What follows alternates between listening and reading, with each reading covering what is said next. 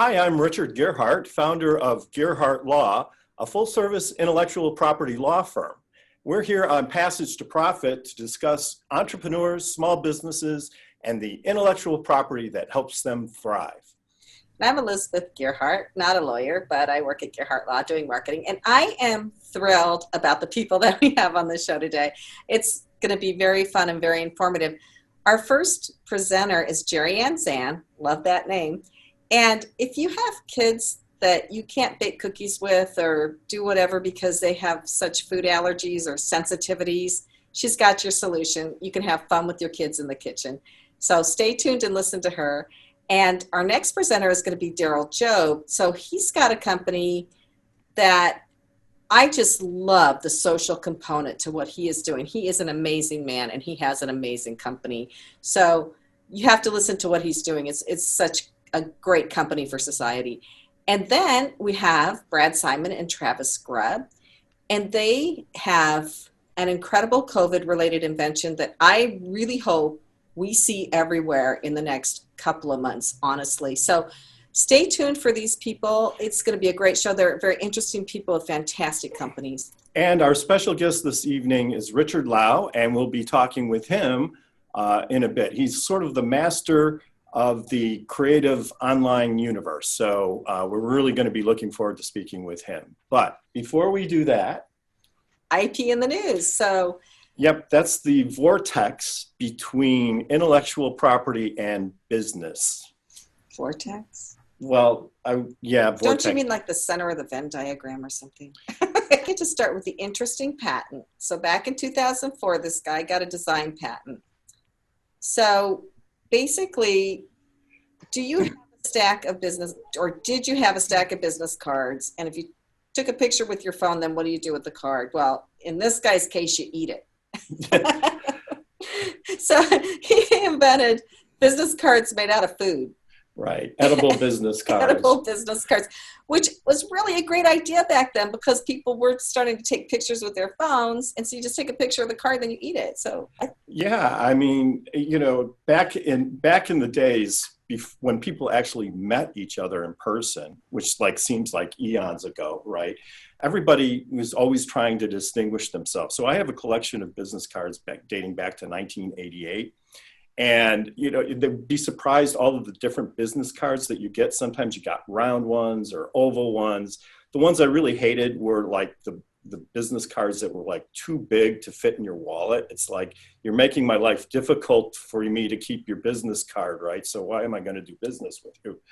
But in any case, business cards have always been a way to try to distinguish yourself from the competition. Even like going back to the ancient money changers in the olden times, you know, trade a couple of shekels, and I'll give you thrown a tuna fish sandwich. So it was just, it's always been, business differentiation has always been like there and the key to success. And a lot of people have done that with their business cards. well, I would like to try it out if we ever get together again. I think I might get some chocolate fireside business cards. That sounds like a pretty good idea. Just give them to people. Anyway, so on to the next thing. So Richard actually found something that is of true interest to our entrepreneurs here and people with businesses, because it could have a profound impact on your business. So. Right. And the name of the company is Pixie. And so as we all know, the creator of content, whether it's photographic or otherwise, owns the copyright, unless there's some contract to the contrary, right? And so a lot of professional photographers, bloggers, they live by selling their photographic content online.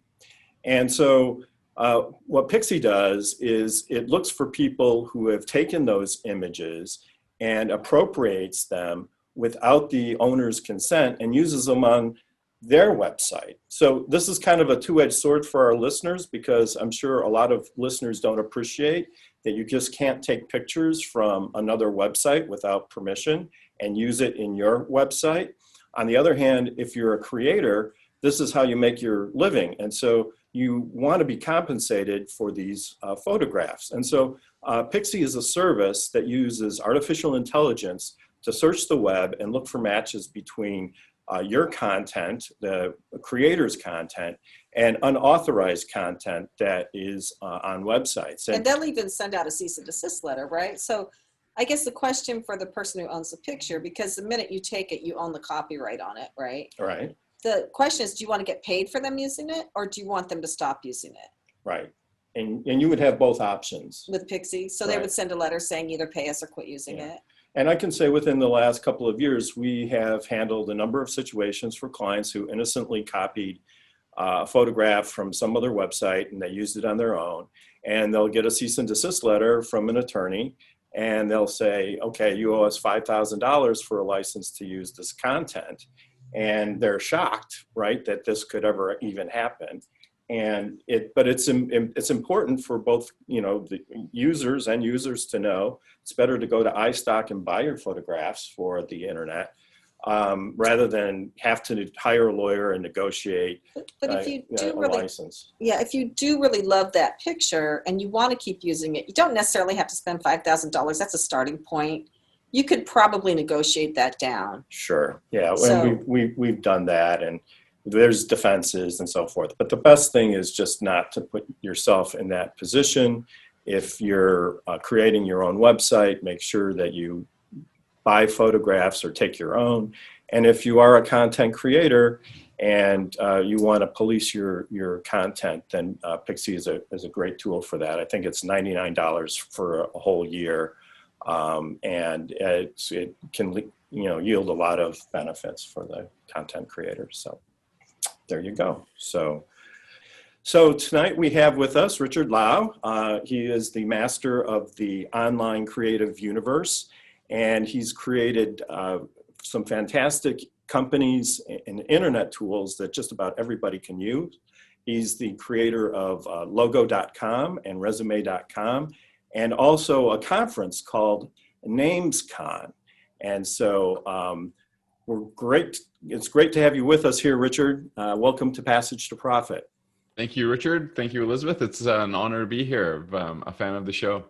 So why don't you tell us what it's like to be a serial entrepreneur? I mean, you start these businesses with the intent of selling them, right? Yeah, I go in with the exit in mind. So, when I started my entrepreneurial journey, I was in my early 20s. I'd had very difficult bosses, and someone said to me, life's too short to work for bad bosses. And I dove into the entrepreneurial journey. I was 26, and I came across the internet and came across domain names and built up a domain name registrar. It was one of the first 30 registrars accredited to wholesale out, to buy domains wholesale and then sell them to end users, register them for end users. And when I was 30, I was just flying high. I was making lots of money. Business was fantastic. Moved from Canada to Bermuda, kind of as a tax refugee. And, out of left field, I was 30 years old, 3-month-old son. My wife, we were just, living high and just having a great time in Bermuda. And then I started passing blood, couldn't stand up, and I was diagnosed with colon cancer. And talk about getting smacked in the head, out of left field. That changes your life.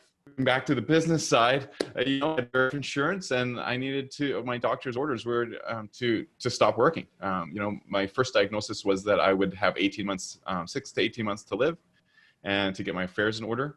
But I beat cancer. It turned out that it was just a super fast growing genetic disposition, and thankfully that was a benefit for me because it had grown so quickly, it didn't spread, and so I was able to have emergency surgery and no chemotherapy. But my goodness, it really changed the trajectory of my entrepreneurial journey in that moment. And so I was looking for a quick sale. And, when you do something quick, you don't do it carefully. And we didn't do our due diligence with the purchaser. And so, I'll give you the short version rather than the long version, but basically we didn't do our due diligence. We sold to a company that was doing Enron style accounting, and fast forward 1 year, and the company is putting everything up for sale, but the only thing that they really have of value is the asset that I vended in, which was, at the time we vended it in, was 3% of the company. And so you fast forward a year, and now 99% of the company is that 3%. And so basically I walked away with a severance check and lost all of my equity. The cash that we did get went to pay off the taxes to the CRA and pay off our lawyers. And that was it. Came back to Vancouver, tail between my legs. And all my friends are like, "Oh, you're back from Bermuda. You're back from California. You must have made it big." And really, I'm like, "Guys, you got $5 I can borrow?" It hurts to hear that. Yeah. Right? Yeah. What a story. And which is really interesting, because entrepreneurs work so hard to build up their businesses. They put everything into it. You did everything right, but at the end, things didn't quite work out on the business side. And in the meantime, of course, you had to cope with health problems. You're really to be commended for getting through all of that and pushing forward. So And dusting yourself off, getting back up, and starting another company right away, right? That's pretty much it. I got back into the domain name business. I just dived into doing domain name brokering. So I was buying and selling domain names. Just a one-man show. I took a break. I wanted to figure out something that I could do while working from home, spending time with my family, because I wasn't sure how long how long I had before cancer would reoccur. And so I was, going in for colonoscopies every 6 months. It was touch and go for the first 5 years. And so, I still, it's been 20 years now, but I still go in for colonoscopies every year. So it's not something that you ever really I'll ever get out of the shadow of. But, I just dusted myself off and, got right back on the horse. that's great. And that persistence is so important. And that's like the best example of entrepreneurial persistence I think I've ever heard. So, kudos to you. So what are you doing now? Yeah, so being in the domain name space for 10 years led me into developing a conference, which we actually started. It's called NamesCon. We started it to benefit a water charity I've been involved in called Water School. You can go to waterschool.com. And we developed that to about 1,500 people attending, and sold that it's now part of the GoDaddy family. And so that's held every year. They actually just switched it to being online. Being in the domain name space, I've got domain names that have come across my desk that I've either pulled in a partner to help fund or have funded it myself. But generally, we then build up a little stable or an inventory of domains that we would at one point like to develop ourselves. And so resume.com was one of those. Logo.com is one of those. We have rides.com, face.com, hockey.com. And so we took Resume and built that into a resume builder where people, mostly university students, high school students, could build their resume and have that live. And we, overnight success of 7 years, an office here in Vancouver, and sold that to Indeed.com, which is one of the largest job boards, if not the largest job board company in the world. We have a lot of listeners who want to promote events, who want to create events like names.com. What kind of advice can you give them in building a company that is a sort of a professional convention company, right? Yeah. We had an interesting competitive landscape. We had one competitor who was very successful, and they were charging $1,500 to $2,000 per ticket. And then we had ICANN, which is a government-funded, government organization that oversees the internet, and they hold their conferences, and the attendance is zero. They do have to hold them in far-flung places, so your cost of attendance is really the flight to to South Africa, or the flight to London, or but that was our competition, is someone who's at free and someone who's at 2,000. And so we said, okay, well, if we can drive a critical mass, if we can get enough people attending, then we will it will be a no-brainer that you have to attend. So what we targeted is we had a lot of content. So we had 3 conference tracks, and we had all of those tracks be conversational. So instead of it being a single person who's doing inevitably doing an advertorial, that it was 4 or 5 people talking, having a conversation on stage on a certain topic. And so by having 3 tracks and by having 4 or 5 people on each stage, you end up having a tremendous number of speakers. We had, I think at our first conference, we had over 100 speakers booked onto stages. And so each person who then is going generally then becomes an advertisement for the conference. What we found is that by having 100 people, the attendance then shot up to 300, just based on the entourage of the speakers. And so then the industry reach out quickly doubles that to 600. So at our first conference, we had 600 people attending. That's just one aspect, but I think that was probably our most key aspect, is getting a lot of conversations, getting a lot of opportunity for others to get on the stage and not just have the spotlight on 1 or 2 people. That's great advice, and it's something to be taken seriously, because there are certainly a lot of events out there. And I would imagine that people are throwing virtual events now. The same strategy you think would work?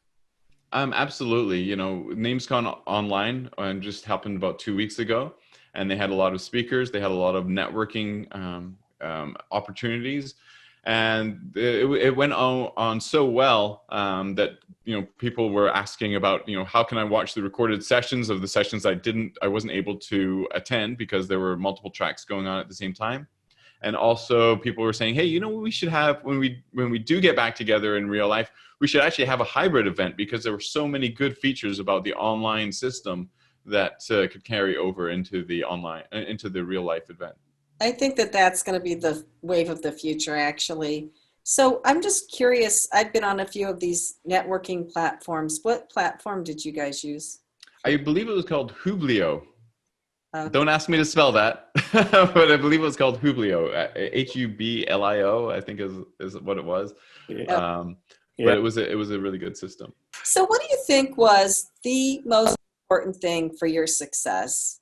The most important thing for my success is really just having that tenacity that you'll find in most entrepreneurs, and not letting life, when it punches you in the face, get you down, because it's not if you will get punched, Richard, you said earlier, Richard, you're doing all these things right. There are a tremendous amount of things I do wrong. But there's a tremendous amount of things that happen even when you are doing things right and you just get punched in the face, whether it's health, whether it's your personal situation, whether it's relationships, whether it's finances, or whether it's COVID. Life is going to punch you in the face, and it's a matter of how you take that punch and how you react to that punch, because life is what you make it. And so, I could have become just a bitter, poor me victim, or I could be like, what, life is too short to to dwell on that, and just get back on the horse. And it's you only need to succeed big once. Each failure you have is just one step closer to that success. And there's trite sayings like that, but they are things that you can adopt as something you live by, and it will carry you through. Yeah, experience really is the best teacher for sure. And that is the life of an entrepreneur. It's the life of most people, but you never know what's going to happen when you wake up in the morning. 2 steps forward, 1 step backward. but you have to be persistent and believe in what you're doing. And that's what keeps you going. So, So well said. yeah, so what's your background? Are you an IT tech guy? Do you have a computer science degree? I mean, how did you figure out that getting into this tech space early like this was going to pay off for you? I was a business grad from the local university here, UBC, University of British Columbia. And I took marketing because that was the most general business degree that I could get. I didn't know what I wanted to do. And I know enough in terms of programming to be able to talk to programmers, but I couldn't program my way out of, BASIC. So, it's really something, especially now, looking back, 10, 20 years when I was first getting into this, it was a lot harder to develop a website, develop systems, even for logo.com right now. When we first looked at launching logo.com, it was 7 years ago. It was just too difficult. And so the software development kits that were available and the programming languages that were available, it was just going to be too expensive. And so we actually shelved it and then, dusted that off now. But, in terms of my background, I surround myself with people that are smarter than myself.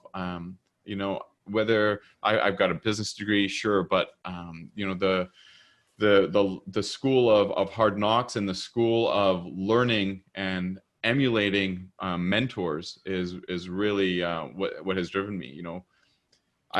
I'm 50 years old now, but and I'm a bit more extroverted. But when my wife and I got married 30 years ago, I was introverted, and she was one of my mentors in terms of we'd get into an elevator with a stranger, and by the time we got to the lobby, she would have them telling their life story. And so that's something that I've actually adopted into my own life and reached out and built my own network. And it's been a success in business. And so, I've applied things like that to logo.com, and where we allow people to just build a logo. It's 20 minutes, gets you a logo for $20, but there's so much more to it than that. And so there's relationships and networking that drive the success of the business. So when it gets back to like the domain brokering, I see that a lot more now. Like that wasn't like really a thing, I would say even 5 years ago. Is it a flooded market? And if someone's interested in kind of getting into that game, is it easy to crack? It is not easy to crack. It is a lot of work. I don't do the domain brokering anymore. There's younger guys and girls that are far more successful than I ever was. And it's a matter of putting in the time and cold calling. And my goodness, you really need to be able to work the phone, work the LinkedIn, and have just a salesperson knack. You say on your LinkedIn site that you've gotten some difficult domains, like was it Iraq.com was one of those. And can you tell us a few stories about getting those difficult domains and what it was like? The domain hijacking that happened when I was really heavily involved in helping recover, we call it domain hijacking. It was really identity theft online. And so, sex.com is one of the most famous ones that was hijacked by a guy who was in prison. And he just did identity theft and took control of the account. And so what was some of the big ones that I was involved in, God.com was one. And, I knew a person who was interested in buying God.com, and he was having difficulty. So he called me in to see if I could help broker it, because he saw that the ownership had changed, and, the ownership had changed to a thief. And so I contacted the original owner and went through the motions of helping them get that name back. And because I had, by that point, built up such a great relationship with a lot of the registrars, they knew me as, hey, this is a guy who helps people when their domain name has been stolen. I bought CoachKenya.com 5 years ago and through GoDaddy, and it expired. And someone picked it up, and now they want $4,000 for my website name. Yeah, that is a business unto itself. It's drop catching, and it's not the nicest side of the business. The alternative, I guess, you could look at it in a different way, is that someone else named Kenya, who is a soccer coach, could have registered Coach Kenya, and it would definitely not be available to you. At least it has been picked up, and you have the opportunity to negotiate that down. Coach Kenya for $4,000 seems like quite a bit.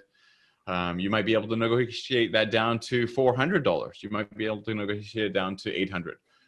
But at least you have the opportunity to get it back. Whereas if you had, you let it expire, if it got picked up by, a Coach Kenya who's, the coach of the Vancouver Canucks, you wouldn't be getting that back, right? And so you can look at it both ways. One is, hey, look at this cyber squatter.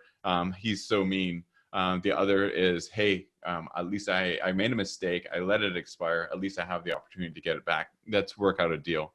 And most of these people, they're down to cash crunches because they're only going to sell 1 to 3% of the domain names that they're paying the renewals on. And so they have bills to pay.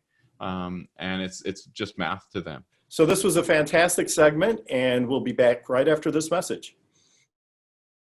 Welcome back, everybody, with Richard and Elizabeth Gearhart and our special guest, Richard Lau. We've had a fantastic program so far. Richard has been very educational and very interesting. He's got a lot of great content. So if you missed the first part of the show, make sure you pick him up on our podcast, which should be available tomorrow. So again, just a fantastic interview with Richard Lau. And now we have more fantastic stuff. Kenya GIPSON from iHeartMedia has joined us with Power Move. Kenya, what's Power Move about this week?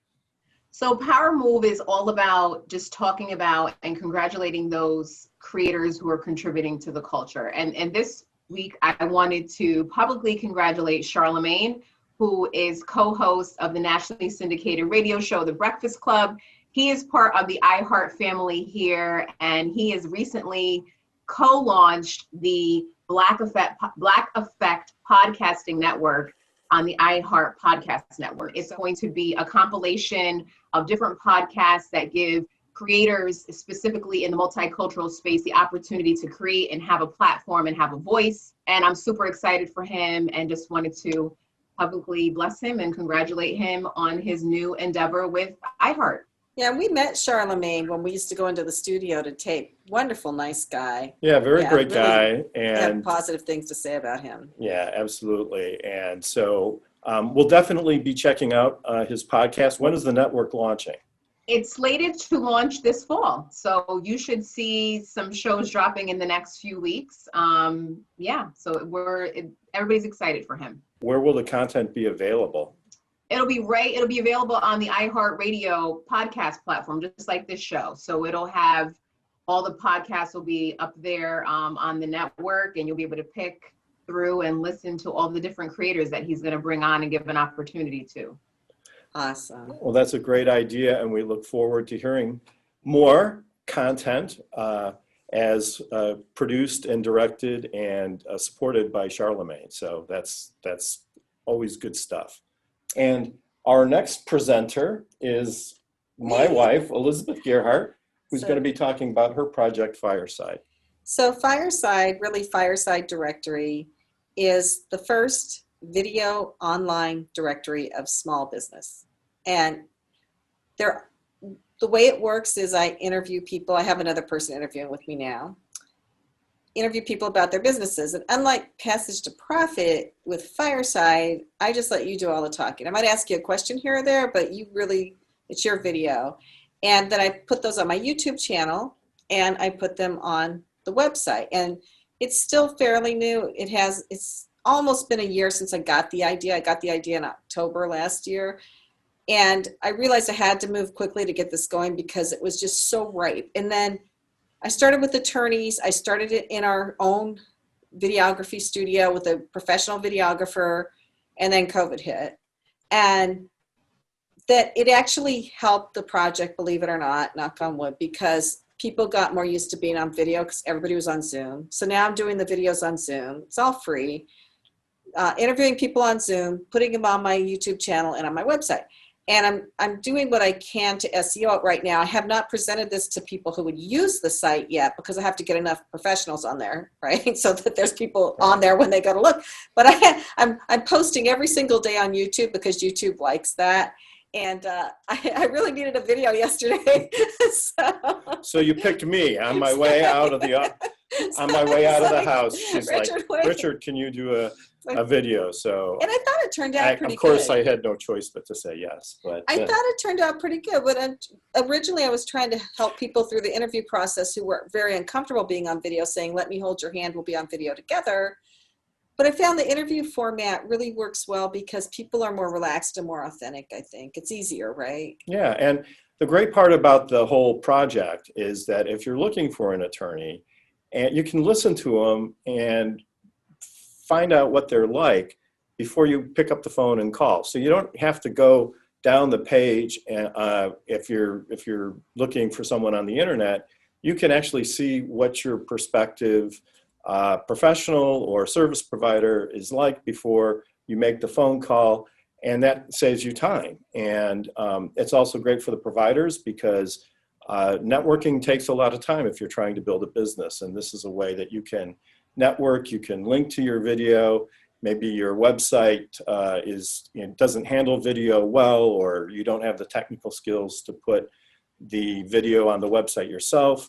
You have a place to point people and they can get to know you a little bit online first. Right, and I put links to the people's websites both on YouTube and on the website. So you get two good links to your website from Fireside. So anyway, anybody that wants to do a video with me, just let me know.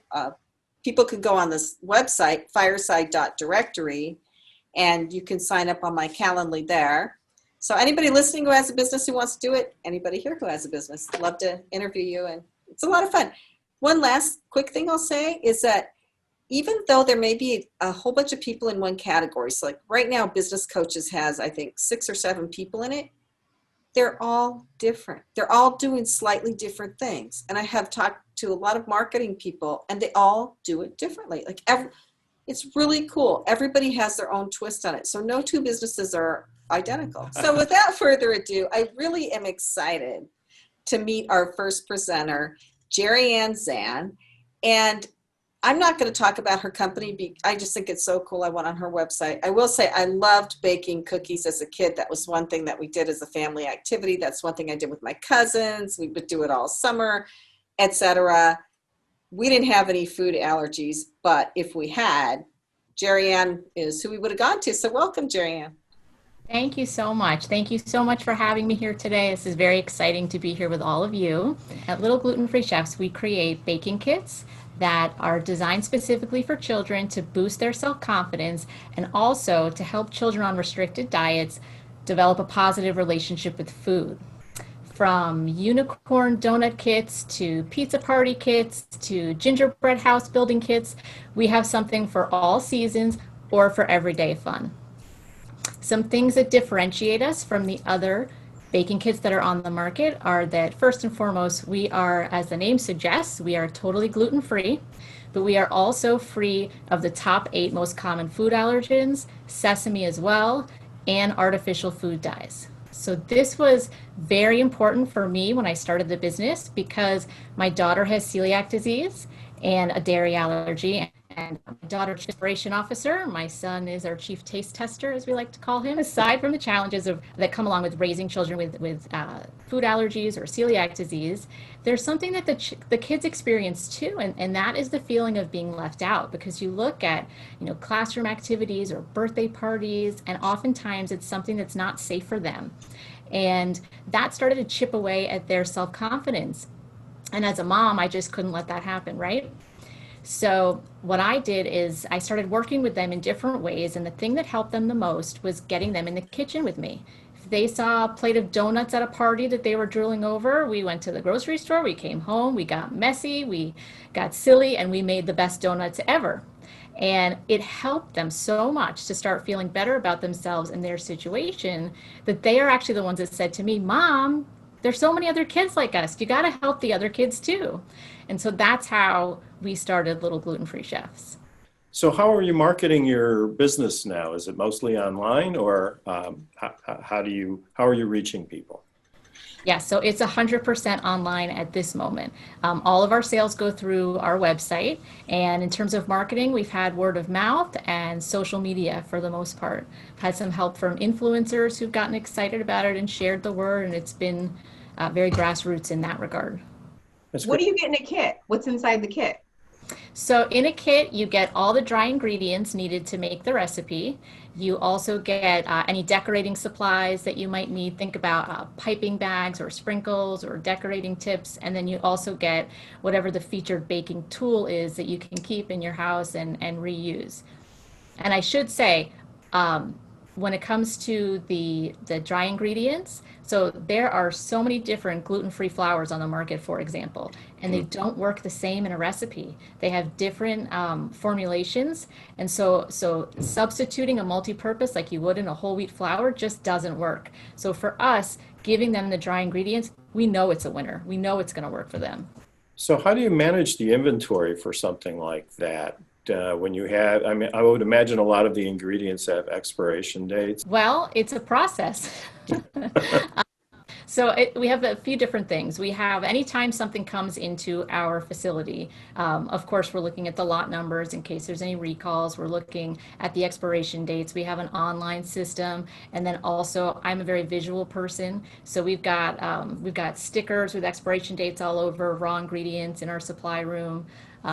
And then of course we've got dry erase boards with exactly what we have, what we're about to run out of, so that we can stay on track. When you launched the business, did you take a look at the competitive landscape, and what did you find, or did you see a hole? Well, it depends on how you look at it. There are crowded marketplace as it relates to gluten-free cake mix, for example, or a top allergen-free cake mix, things like that. But what makes us different is we're much more experiential. They talk about experiential marketing and being able to really feel and live through something, and that's what our kits are about.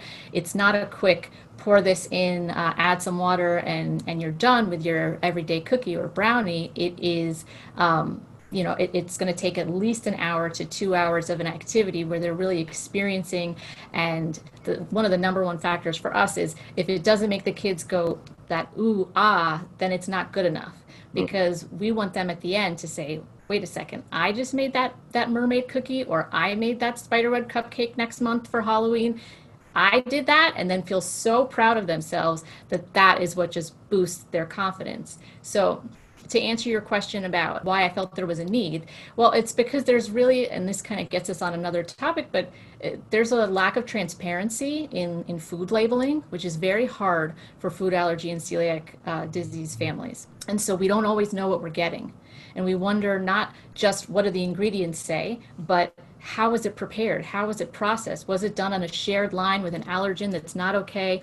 If they do testing to see if there is gluten or another allergen in there, is it large batch testing? Is it individual batch testing? There's so many things that we have to go through that make it very hard for us as consumers to know what's okay to buy, right? And so for us, I just wanted to strip all of that away. I know what it's like as a mom who's worrying. And so all of our products, one thing that's a huge differentiator for us and also makes our expenses higher is that we only source from gluten-free and top 8 free facilities. Not just the shared lines, the facilities, point blank period. And that is the same thing. As soon as I started the company, nobody starts a company and says, hey, let me invest in a space for the company. No way, you grow to that, right? But in my case, I couldn't do that because then I wouldn't have been able to guarantee the safety by sharing, a commercial kitchen or something like that. That was never an option. So we invested there so that we could have that promise. And I really think that's very unique to our space. Are you creating cooking content with your kids to show people how to use these kits? Like, do you have a YouTube channel where people can kind of see it in action? So we do, well, I should say pre-COVID, yes. We were doing regular videos every month of whatever the kit was, and the kids were explaining how to do it, and they were a lot of fun.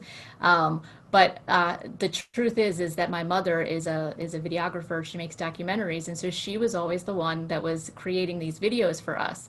And with social distancing that has really, come from COVID, that is something that we haven't done recently. But we would love to get back in there because, I mean, my kids especially, they love being on camera, and I think it's fun for the other kids to learn from the other kids. They don't want to hear the adult. They want to hear a kid tell them how to do it. So Jereann, how much of the work do the kids do versus the adults? Is it 100% kids, or is it, is there a lot of interaction between the adults and the kids? The answer is it depends on two things. I have some families that no matter what the age, they all want to be involved and they make it a big family fun activity. And so they work together.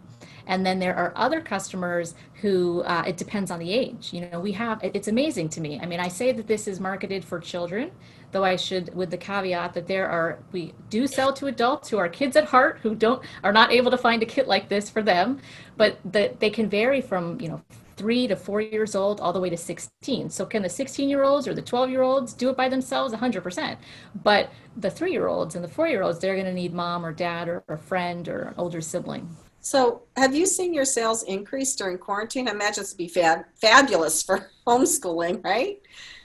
Yes, they have tripled. I get great feedback. And it's what keeps me going because, as Richard said before, not every day is easy, especially when you're starting a business. And every time a family member sends me a message that says, either you made my child feel normal. They never thought they'd be able to taste pizza, or they, were able to bring these treats to a class or something like that. It's a beautiful story, and it's everything. So for me, reviews are everything at this point. What a wonderful business. God bless you, like really, for these kids. So it's littlegfchefs.com, Jereann, Zann, and thank you very much. I hope that a lot of people can find out about you because this is great for people with kids with food problems. Yeah, go to her website. She's got some incredible, beautiful pictures and just made me hungry when I was looking at it. I like the unicorn things. Anyway, you're listening to Passage to Profit, the Inventor Show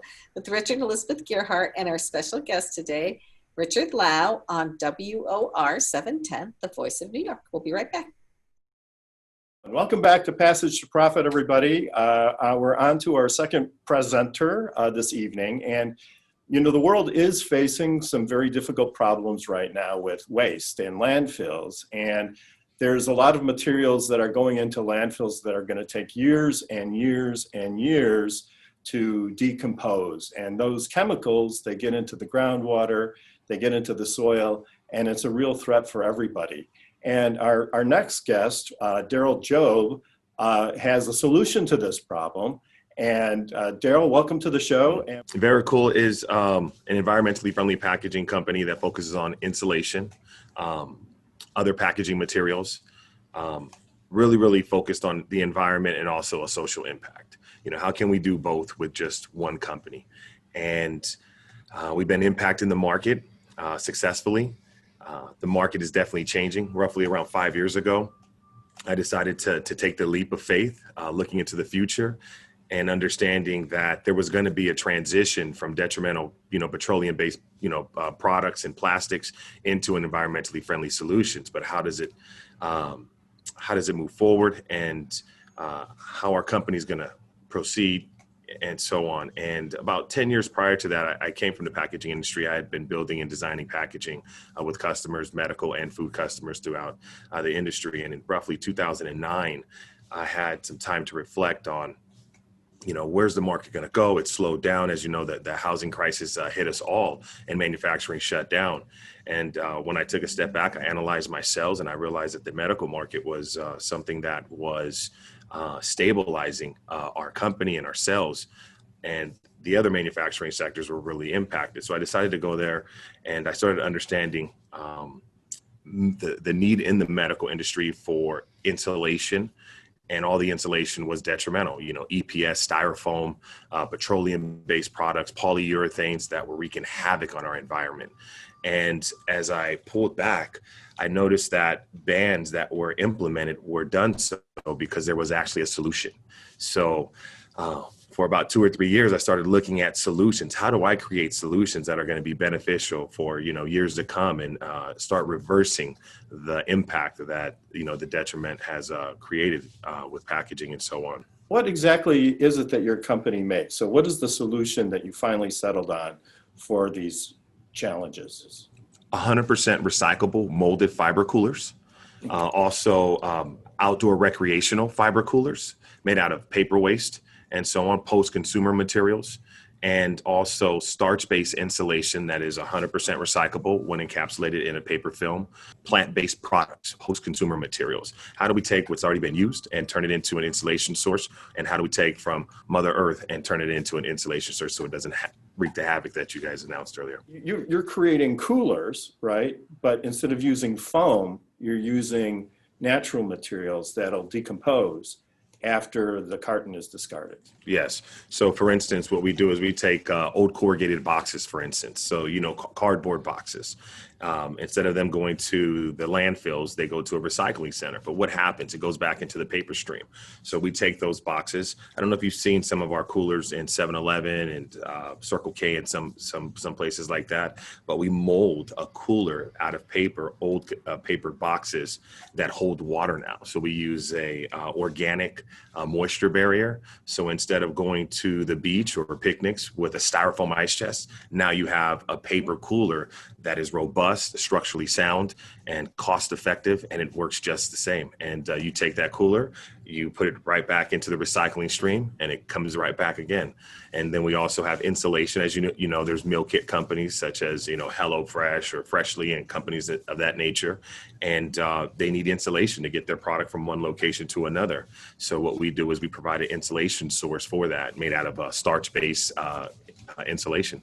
They use oil to make plastics. And styrofoam is basically a plastic. So styrofoam, they use oil feedstocks at companies like Dow, DuPont to make these plastics and these styrofoams. So really you're cutting down on that when you're recycling and reusing things, which is fabulous. And there's another social component that is very important to your company. Would you like to talk about that? Yes, so we focus on second chances. So we look at Verico as a non-discriminatory hiring practices. As you look at formerly incarcerated, unemployment rate is roughly 29-30%. I come from that community. I was incarcerated at the age of 14, in and out of jail up until 23. Lived on the wrong side of the tracks, and I had to make a change roughly around 24 years old. And when I did so, you know, I was nervous. I didn't have an education. I dropped out of school. The last grade I completed was the 7th grade. Never went to high school, never went to college. So how does someone like me that wants to make a difference, wants to make a change, go back? You can't go back 10 years. How do you proceed? And I got lucky. I was given an opportunity, but there's so many others that don't. So I said, how can I impact my community and get those that really, really do want to make an impact in their families' lives?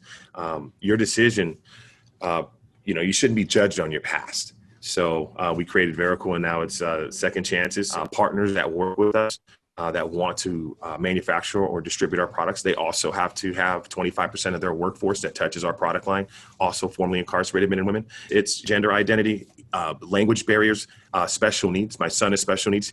He was one of our first employees that we hired on, and now we're tapping into the special needs and to support all those that need to, supply an income for themselves and their family.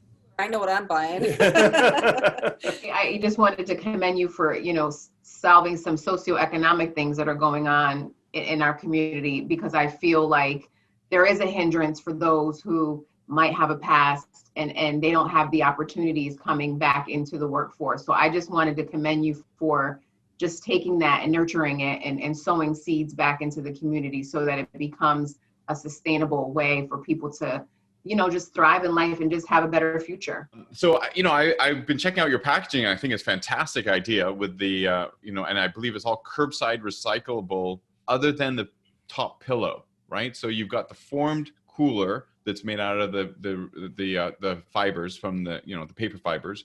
It's lined with the water barrier, organic water barrier, and then that top pillow. That's the only question I had is what happens to that? Is that recyclable and it's just not recyclable curbside, or what? Actually, it's actually compostable. It's a compostable plant-based film, and also Okay. compostable insulation on the top. That was our first generation. That's what I tapped into the market. It was something I created with a good friend of mine roughly about 7 to 8 years ago. Now we've transitioned into a starch-based compostable films, molded fibers that are post-consumer. So either our product is compostable or it's recyclable. So And that top pillow, then, if it's compostable, I could just put it into the, with my leaves. green waste. Yeah, my green Yes. waste that gets picked up. Okay. Yes, industrial which is curbside, too. industrial composting or home composting. You can actually open it up and place both of them into a home composting. Where are your factories? Okay.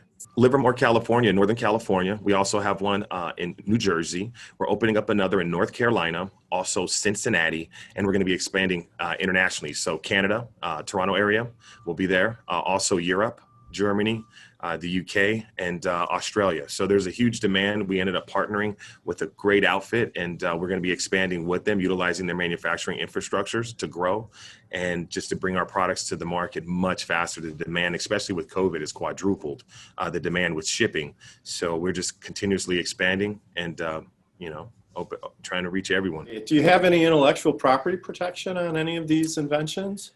Yes.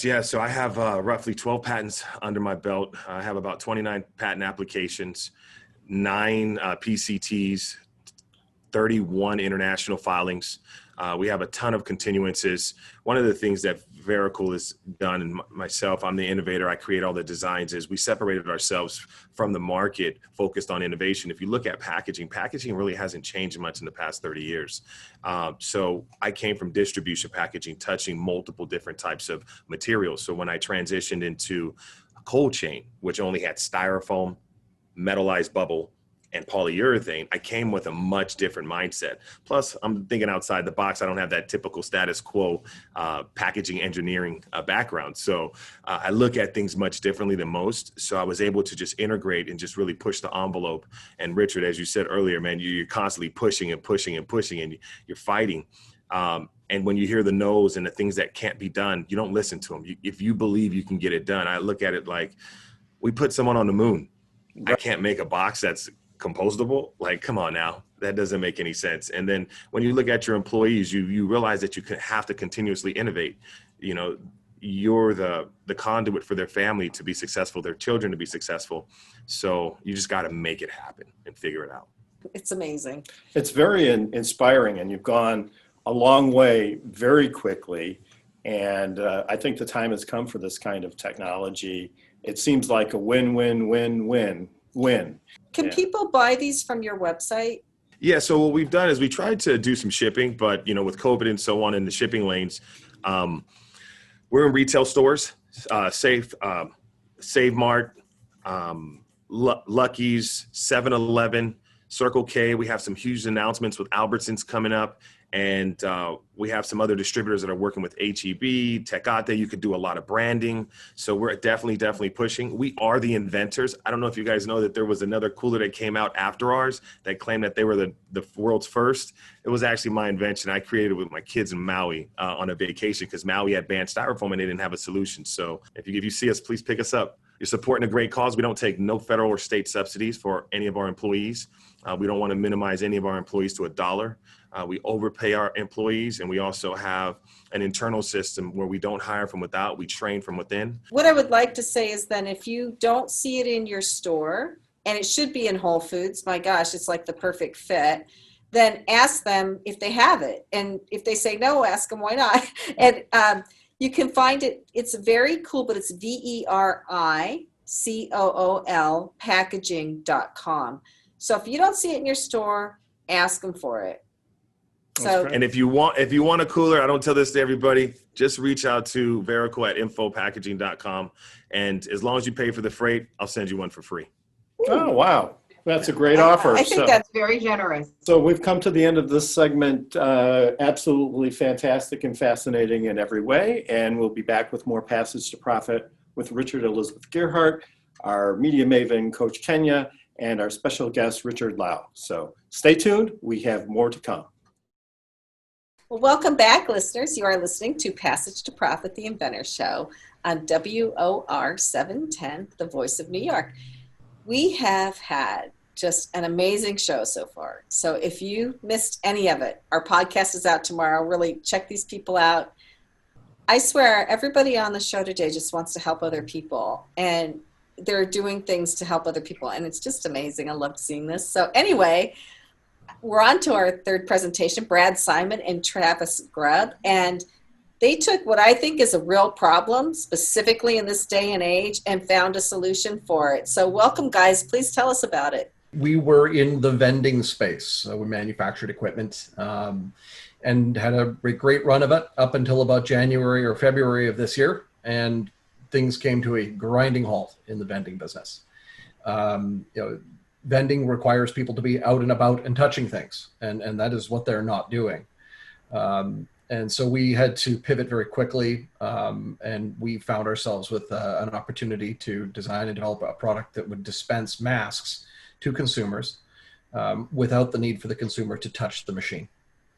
And so the touchless mask station is our product, and we're very excited with it. Have you been selling these yet? It must be fairly new, right? It is fairly new. We launched the product, I think, in late June, early July. We have sold quite a number of them. Where are they putting them mostly? Well, I mean, it really comes down to wherever you find people congregating these days, retail, transportation. In some cases, you'll put them in medical buildings. A lot of them are going near choke points in buildings by elevators in commercial office buildings, for example. No, that's absolutely great because I'm a mask wearer, of course. I don't do that much shopping, but when I do, I always forget my mask. And so the other day I was walking into the hardware store wearing a sweater over my nose. I did the best I could under the circumstances. Sure. If they had a mask dispenser there, I would have gratefully, swiped my finger and received a mask. And are you working with the government to try to get these mandated, at least the state governments, maybe not on a federal level, but a state or city level to get these mandated? We're exploring all kinds of requests for proposals from various levels of government in Canada and the United States. Oh, great. And you guys are in Vancouver, so. We are. So are you selling mostly to Canada, or are you selling all over the world? Where are these going? Well, at the moment, we had sort of limited bandwidth initially in terms of how many units we could produce and just how much marketing and sales our team could handle. So initially we did focus on Canada, but right now, obviously, the US is the market we're really keen on. All our masks are made in Canada right now. And we are just starting to discuss with someone out of New Jersey. They have manufacturing in Mississippi, so there should be American-made masks in the machines for the U.S. Machines very soon. Yeah, the manufacturing supply chain for the masks is completely North American. There's no exposure to overseas supply chain on that. I'm going into the grocery store, for example, right? Mm-hmm. So there's a vending machine with the Fritos and the Pepsi in it. And then is there a vending machine for just your mask, or the mask inside the vending machine with the other products that might be there? This is a specially developed vending machine, about 27 inches by 12 and a half by about 6 inches per out of the wall. It's typically wall mounted, although it can go on a stand. And the masks are loaded into it on a large roll. So envision a big paper towel roll, but masks. And you go up, you tap your credit card, debit card, iPhone, what have you, without you physically touching the machine. And a mask essentially sort of pops out the bottom. The consumer reaches forward and tears it off the bottom of the machine, much like you'd pull away a piece of paper off a paper towel roll. Very simple, very straightforward, but there's some cool technology. For example, all the machines have a cell phone embedded in them. And so they report their sales data in real time to their operators. The other thing to mention there too is we do have an option with a sensor on the machine. So for a lot of businesses or malls or health facilities that want to give away the masks, the machine will do that as well. You walk up to it, it's just a sensor system, and it'll just dispense one mask for free. That's smart. Great. There's so many businesses and entrepreneurs who are devastated by the COVID situation, And so, this is a solution that is, skipping over the free, but providing a solution to people who need a mask, need it right then, and are willing to pay. Can you run through some numbers on, as a potential purchaser or entrepreneur? It's like, hey, maybe I could buy 10 of these and install them around. What is the payback? Get right down to it. There's good margins in masks typically. Certainly, you want to make these available to help people where you can, but we're entrepreneurs and we are looking to be compensated for our efforts. So if someone purchases X number of these machines, a few dozen, for example, they're typically paying about 50 cents per unit for the masks delivered to them. And ordinarily, they're going to sell them in the machines for between about $2 and $3. This is all Canadian funds. If you look at the price of a mask at retail right now, bricks and mortar retail, if you go buy 5 masks in a package, typically you're paying about $9 for those 5 masks. So, going into a vending environment or setting, tacking another 70 cents or $1.20 to that cost that you pay, retail bricks and mortar, that's considered very reasonable in the vending space. So you do the math in your head fairly quickly. If you're selling 10 or 15 masks a day from each of these machines, the ROI is actually very impressive. And to add to that, the vending business itself comes with certain benefits: low to no overhead, very little labor, you hold very little inventory. It's a pretty great way of getting yourself into business. Do you guys have any IP around the vending machines? We Applications filed we're yet? just putting in an application, but in Canada, that's a very slow process, a couple of years at least. Definitely get a provisional in there. That Yes. sounds like a great idea. That's right, Daryl. Yeah, we're working on that. We've had some other products we've developed and we've kind of gone down that path. So we're working on it right now.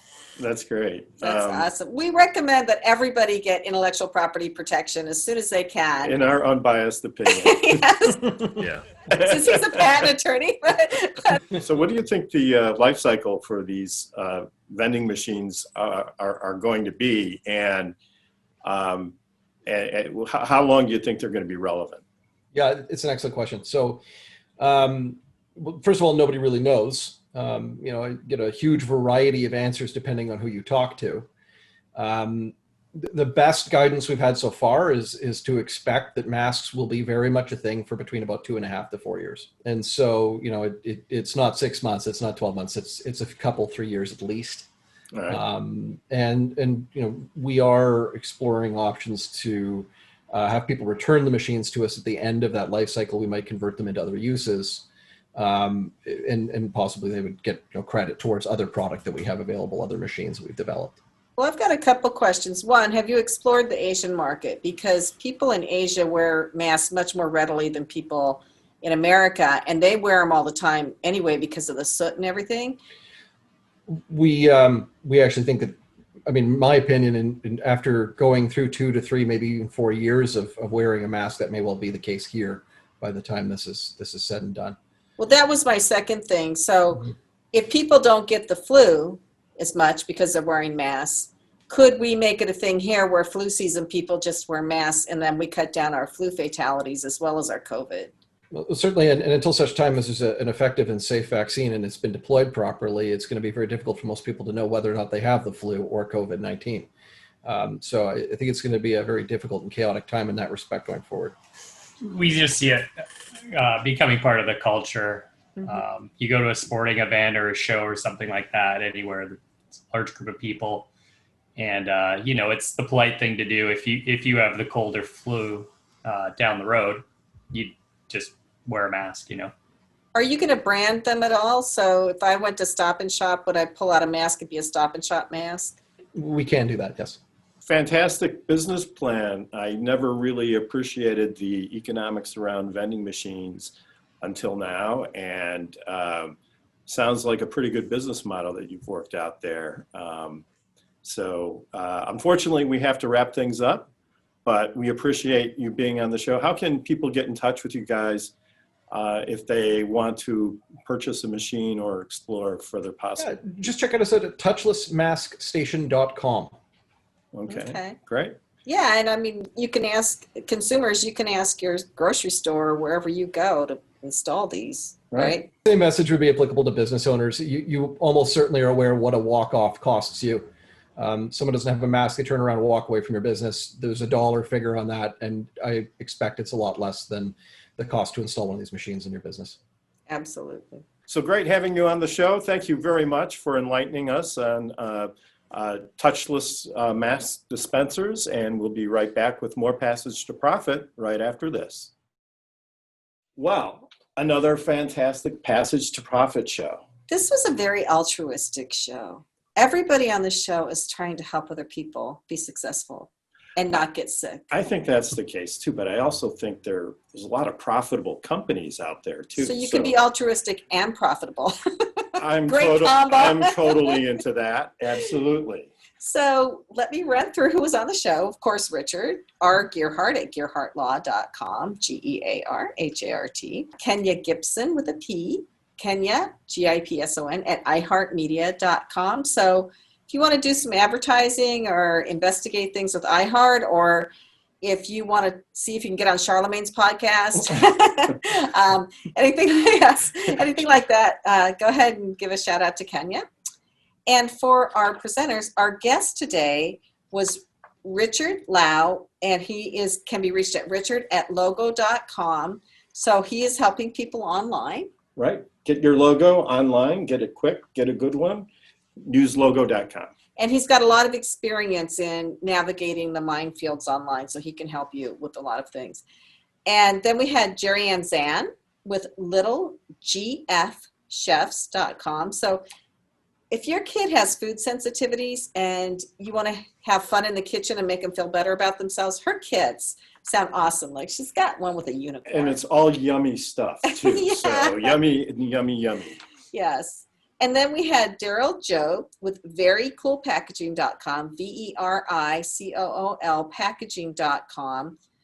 Really incredible company. So he not only makes recyclable coolers, so you don't need the styrofoam ones anymore, but he reaches into underserved places in society for people who can do the work but can't easily get hired. And he gives them jobs and puts them back on their feet. Absolutely. Amazing. That's really I'm just cool. Blown away. And then Brad, Simon, and Travis Grubb, oh my gosh, thank you guys for keeping us healthy.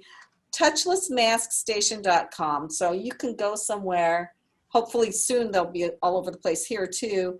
And if you don't have a mask, you just wave your credit card or tap it on this thing and a mask comes out and you don't have to touch the machine and nobody else is touched. It reduces anxiety for those of us who forget to keep masks in our car. So thank you for that, guys. And then nobody has an excuse for going somewhere without a mask, right?